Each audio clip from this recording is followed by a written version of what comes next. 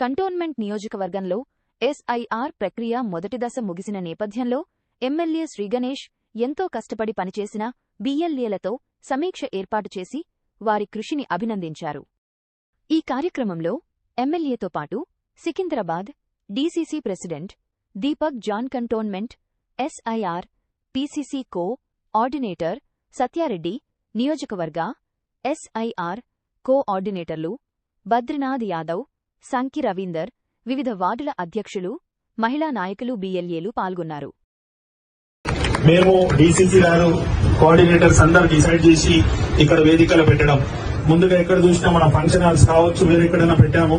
ఈ రోజు ముఖ్యంగా ఇక్కడ పెట్టడం మీ అందరికీ ధన్యవాదాలు తెలుపడం, దాంతోపాటు అమ్మవారి ఆశీస్సులు తీసుకొని మన కాంగ్రెస్ పార్టీలో అందరం ఇదే మాదిరిగా కలిసి మెలిసి ఉండి ఏ ప్రోగ్రామ్ అయినా కూడా డీసీసీ నుంచి కావచ్చు, పీసీసీ నుంచి కావచ్చు, గవర్నమెంట్ నుంచి వచ్చిన ప్రతి ప్రోగ్రామ్ సక్సెస్ చేయాలంటే అందరు కోఆర్డినేషన్ తోటి సాధ్యమవుతుంది. కాబట్టి సాధ్యం కావాలంటే, కంటోన్మెంట్ డెవలప్మెంట్ కావాలంటే అమ్మవారి ఆశీస్సులు మన పైన అందరి పైన ఉండాలనేసి ఇక్కడ సెకండ్ ఎస్ఐఆర్ ఫేజ్ ని ఇక్కడ నుంచి స్టార్ట్ చేయడం జరిగింది.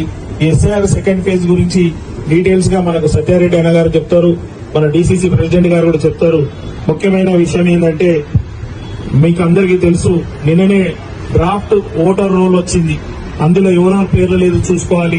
దాన్ని చూసుకున్న తర్వాత ఏమేం చేయాలన్నట్టు కూడా వివరిస్తాం.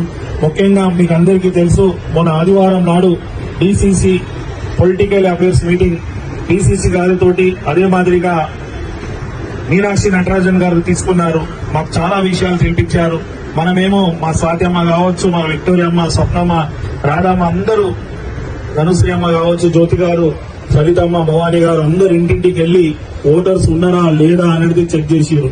వేరే బీఆర్ఎస్ వాళ్ళు, బీజేపీ వాళ్ళు మీరు ఎక్కడ కూడా బస్తీలలో కావచ్చు ప్రతి ఇంటికాడ కనిపించలే. ఎందుకు కనిపించలే అంటే మరియు మహిళా లీడర్స్ కు, మిగతా బిఎల్ఏ సూపర్వైజర్స్ కు అందరికీ నా యొక్క నమస్కారాలు.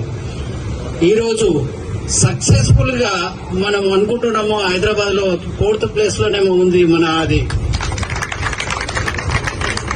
చాలా బాగా చేసిందని చెప్పవచ్చు. ఉన్న వాళ్ళను కూడా మనము ఓటర్ గా నమోదు చేసుకోవచ్చు. మన ఓటర్ వాళ్ళు ఫామ్స్ ఇచ్చేసి ఆన్లైన్ అప్లై చేసేసి ఏదో ఒకటి చేసేసుకుని వాళ్ళు చేసుకుంటారు. కానీ చదువు లేని వాళ్ళు, సమాజంలో చాలా పేదరికంలో ఉన్న వాళ్ళు ఓట్లే పోతున్నాయి. ఆ ఓట్లు ఎందుకు పోతున్నాయంటే బీజేపీ ప్రభుత్వానికి తెలుసు, పేదవాళ్ళ మనసులలో వాళ్ళ పట్ల వ్యతిరేకం చాలా పెరిగింది. ఈ ఓట్లు మనం తొలగిస్తేనే మనము వచ్చే ఎలక్షన్ లో గెలుపు పొందే ఒక అవకాశం ఉంటుందని వాళ్ళకు తెలుసు. ఈ యొక్క ప్రోగ్రాం వాళ్ళన్ని స్టేట్లలో చేయడం జరిగింది. వాళ్ళకి ఇప్పుడు కొత్తగా డివిజన్ ప్రెసిడెంటే కాకుండా ఏఐసీసీ వాళ్ళు, పీసీసీ వాళ్ళు ఒక డిసిషన్ తీసుకుని ఏంటంటే బస్తీ కమిటీ కూడా వేస్తారు.